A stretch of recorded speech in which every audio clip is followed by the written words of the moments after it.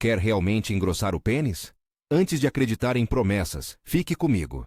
Vou listar os chamados segredos que circulam por aí, explicar o que a ciência mostra e, principalmente, os riscos que muita gente não conta.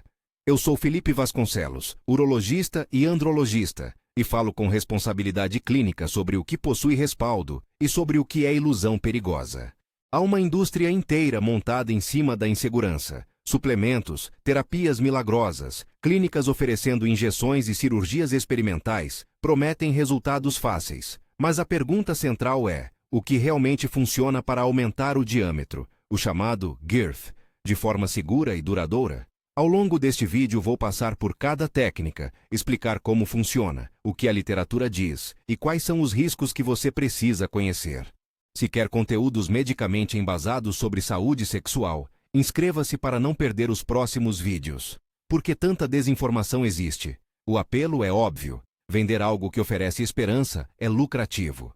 Produtos rotulados como naturais, ou à base de plantas, usam linguagem atraente, mas isso não substitui evidência clínica de eficácia. Tríbulos, maca, blends naturais e fórmulas vendidas em cápsulas prometem aumento do tamanho, melhora da libido e mais. O mecanismo alegado normalmente envolve aumento de testosterona ou mais fluxo sanguíneo. Na prática clínica e segundo revisões científicas recentes, esses nutracêuticos não mostram ganho permanente do comprimento nem do diâmetro peniano. Podem melhorar um pouco a sensação subjetiva em alguns homens, mas não há provas confiáveis de aumento estrutural. Além disso, rótulos não garantem qualidade nem dosagem correta. Produtos vendidos sem regulamentação podem conter substâncias não declaradas ou concentrações variáveis. Se a meta é segurança e resultados reais, confiar cegamente em promessas de suplementos é arriscado, além de desperdiçar dinheiro. Antes de qualquer coisa, avalie função erétil, expectativas e procure um especialista.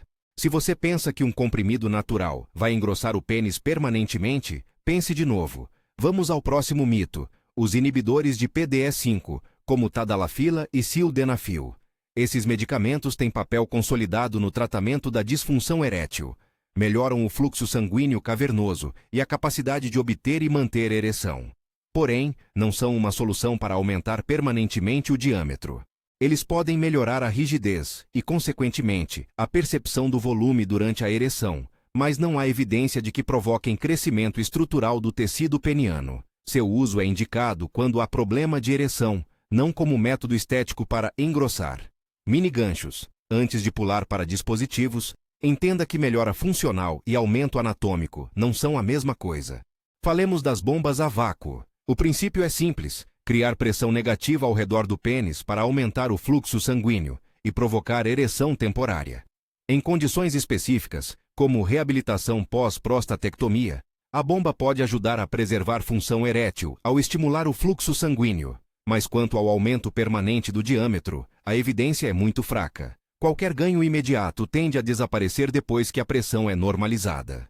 E há riscos: uso incorreto, tempo excessivo de sucção ou hesitação em retirar o anel constritor podem causar lesões, dor, hematomas e, em casos raros, danos ao tecido. Portanto, a bomba tem utilidade terapêutica em fisioterapia peniana, não como método estético confiável para engrossar permanentemente o pênis. Mini ganchos. Se você acha que a bomba é a solução estética definitiva, você vai se surpreender com os limites dessa técnica. Agora chegamos a uma das áreas mais polêmicas: injeções subcutâneas de materiais diversos. Aqui entram gordura autóloga, retirada do próprio corpo, silicone líquido, ácido hialurônico, PMMA, polimetilmetacrilato e outros preenchedores imagináveis. A ideia é simples: injetar material sob a pele do pênis para aumentar a circunferência. Na prática, os resultados variam e vêm com riscos significativos. Gordura autóloga pode dar um aumento inicial, porque o volume existe no momento da injeção. Mas parte dessa gordura é reabsorvida com o tempo, e o resultado pode se tornar irregular, com nódulos e deformidades.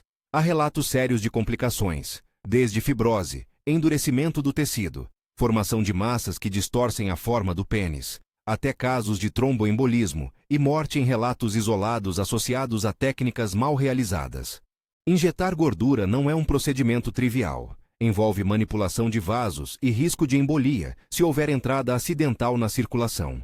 Materiais não reabsorvíveis, como silicone líquido e PMMA, foram usados por pacientes e por alguns praticantes, especialmente em ambientes não regulamentados. Esses materiais podem parecer uma solução permanente, mas o corpo costuma reagir a corpos estranhos com inflamação crônica, fibrose e contratura. Resultado: deformidade, dor, perda de sensibilidade e muitas vezes a necessidade de cirurgias de remoção, que são complexas e nem sempre resolvem o problema. Além disso, injeções em ambientes sem controle estéril aumentam o risco de infecção grave. Ácido hialurônico é um preenchedor reabsorvível utilizado em estética corporal. Ele pode proporcionar aumento temporário e aparência mais regular, mas é caro e a duração é limitada. Mesmo com ácido hialurônico, existem relatos de reações inflamatórias e necessidade de revisões. Em resumo, injeções subcutâneas podem dar um ganho inicial e imediato, porém o equilíbrio entre benefício e risco é delicado. A literatura descreve complicações graves o suficiente para fazer a comunidade médica olhar com muita cautela. Mini ganchos. Antes de considerar uma injeção rápida, lembre-se de que o que parece simples muitas vezes desencadeia um ciclo de cirurgias corretivas. Implantes subcutâneos e telas foram propostos como alternativa, dispositivos colocados sob a pele para manter um aumento permanente. A ideia é criar uma moldura que mantenha mais volume. Na prática, o corpo pode reagir com formação de cápsula, fibrose e rejeição do material. Essas reações podem encurtar a vida útil do implante, causar dor, alteração estética e necessidade de remoção cirúrgica. Em vários casos, o resultado final é pior do que o problema inicial, exigindo operações adicionais e longo período de recuperação. Agora, o extensor peniano. Esse é um método não invasivo baseado em tração mecânica contínua. Estuda-se seu efeito há décadas em diferentes contextos, inclusive na correção de curvaturas ou como complemento a procedimentos cirúrgicos para ganho de comprimento. Alguns estudos documentaram ganhos modestos de comprimento após uso prolongado. Em alguns relatos, médias próximas de 1 a 2 centímetros quando o aparelho é usado por horas diárias durante meses. Importante, o extensor age no comprimento por estiramento gradual do tecido, não no diâmetro. O uso é trabalhoso, exige disciplina e pode provocar desconforto, lesões superficiais se usado incorretamente, e precisa ser orientado por profissional. Portanto, é a técnica com evidência mais consistente para ganho de comprimento, mas não para engrossamento. Mini ganchos. Se o objetivo for comprimento, o extensor tem algum respaldo. Se a meta é girth, ele provavelmente não ajuda. Chegamos, então, a uma técnica que tem certo potencial para o objetivo de engrossar. A chamada corporoplastia, para aumento de diâmetro, incluindo procedimentos que usam enxertos venosos, como por exemplo veia safena, para expandir a circunferência. A lógica é substituir ou adicionar tecido ao redor dos corpos cavernosos, usando tecido autólogo, seu próprio tecido, com a intenção de aumentar o volume de forma mais natural e duradoura. Alguns estudos e séries de casos mostraram resultados modestos e, em certos centros, melhor satisfação. No entanto, essa técnica ainda é considerada experimental em muitos aspectos. Os ganhos tendem a ser moderados. Há risco de complicações como curvatura peniana pós-operatória, que em alguns casos melhora com o tempo, em outros exige correção, fibrose, alterações sensoriais e necessidade de reoperação. É uma intervenção cirúrgica complexa, que demanda equipe experiente e discussão cuidadosa sobre expectativas. O ponto-chave é: a corporoplastia com enxerto autólogo é uma das poucas abordagens cirúrgicas com potencial real para aumentar o diâmetro. Mas potencial não é sinônimo de garantia. A técnica ainda precisa de estudos longos e comparativos para determinar eficácia a médio e longo prazo, taxas de complicação e qualidade de vida pós-operatória. Em outras palavras, é promissora, mas experimental, e só deve ser considerada após avaliação criteriosa e em centros com experiência. Mini ganchos. Técnicas cirúrgicas podem oferecer avanços, mas trazem riscos que não desaparecem. Pense em longo prazo, não no imediatismo. Ao pensar em risco, é imprescindível listar as complicações mais sérias que já foram relatadas. Entre elas estão deformidade estética permanente, tortuosidade, curvatura indesejada, formação de massa ou nódulos, fibrose que endurece e encurta, infecções, perda de sensibilidade, dispareúnia, dor durante a relação e necessidade de múltiplas revisões cirúrgicas. Em relatos extremos e pouco frequentes, houve associação com tromboembolismo e até óbito ligado a procedimentos de injeção mal realizados. Esses casos são incomuns, mas o risco existe e deve ser ponderado. Não se trata de alarmismo, é a realidade das complicações descritas na literatura e observadas na prática. Por isso, repito, nunca tratar essas intervenções como banais. Então, quais são os segredos que funcionam? Preciso qualificar essa expressão. Por funcionam, entenda técnicas com alguma evidência clínica e plausibilidade fisiológica, sempre levando em conta riscos e limitações. Nesse sentido, duas abordagens merecem destaque com reserva. 1. Extensores penianos. Para aumento de comprimento, há evidência documentada de ganho modesto quando usados corretamente por meses. Não aumentam o diâmetro de forma confiável. 2. Corporoplastia. Com enxertos autólogos.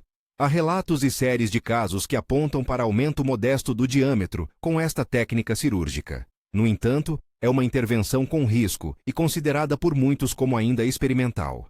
Exige discussão transparente e consentimento informado. Tudo o mais. Nutracêuticos para aumento anatômico, bombas como solução estética permanente, injeções caseiras de silicone ou óleos e implantes subcutâneos sem base científica sólida. São, na melhor das hipóteses, temporários ou ineficazes, e na pior, perigosos. O que eu recomendo, do ponto de vista clínico e ético? Primeiro, coloque a segurança em primeiro lugar.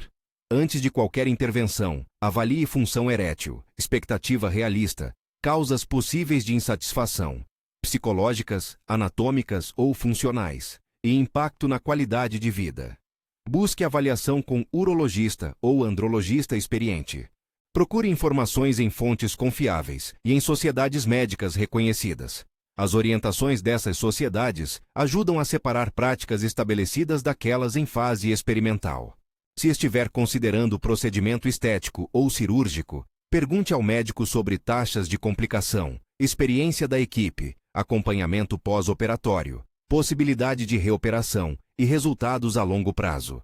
Evite soluções oferecidas em ambientes não regulamentados, por pessoas sem qualificação ou por preços muito abaixo do mercado. Custo muito baixo frequentemente significa corte de procedimentos de segurança, materiais inadequados ou profissionais não treinados. Se houver disfunção erétil associada, trate-a primeiro. Muitas vezes a percepção de pequenez está relacionada à qualidade da ereção. Melhorar a função erétil pode alterar significativamente a percepção do tamanho e da satisfação sexual sem qualquer cirurgia. Termino com uma síntese direta. Não existe segredo milagroso e universal que garanta engrossar o pênis permanentemente sem riscos. Alguns métodos mostram potencial. Extensor para comprimento e técnicas cirúrgicas com enxertos para girth em centros especializados, mas ambos exigem cuidado, tempo e avaliação criteriosa. Muitas alternativas amplamente promovidas são ineficazes ou arriscadas. Priorize segurança, evidência e orientação profissional. Se restou alguma dúvida específica sobre as técnicas que citei, escreva nos comentários. Posso responder em vídeos futuros sobre perguntas frequentes e casos gerais. Lembre-se, porém, que a avaliação individual exige consulta presencial com um especialista. Para quem busca avaliação individual, procure um urologista, andrologista de referência, e converse abertamente sobre expectativas e opções. Obrigado por assistir e por cuidar da sua saúde com responsabilidade.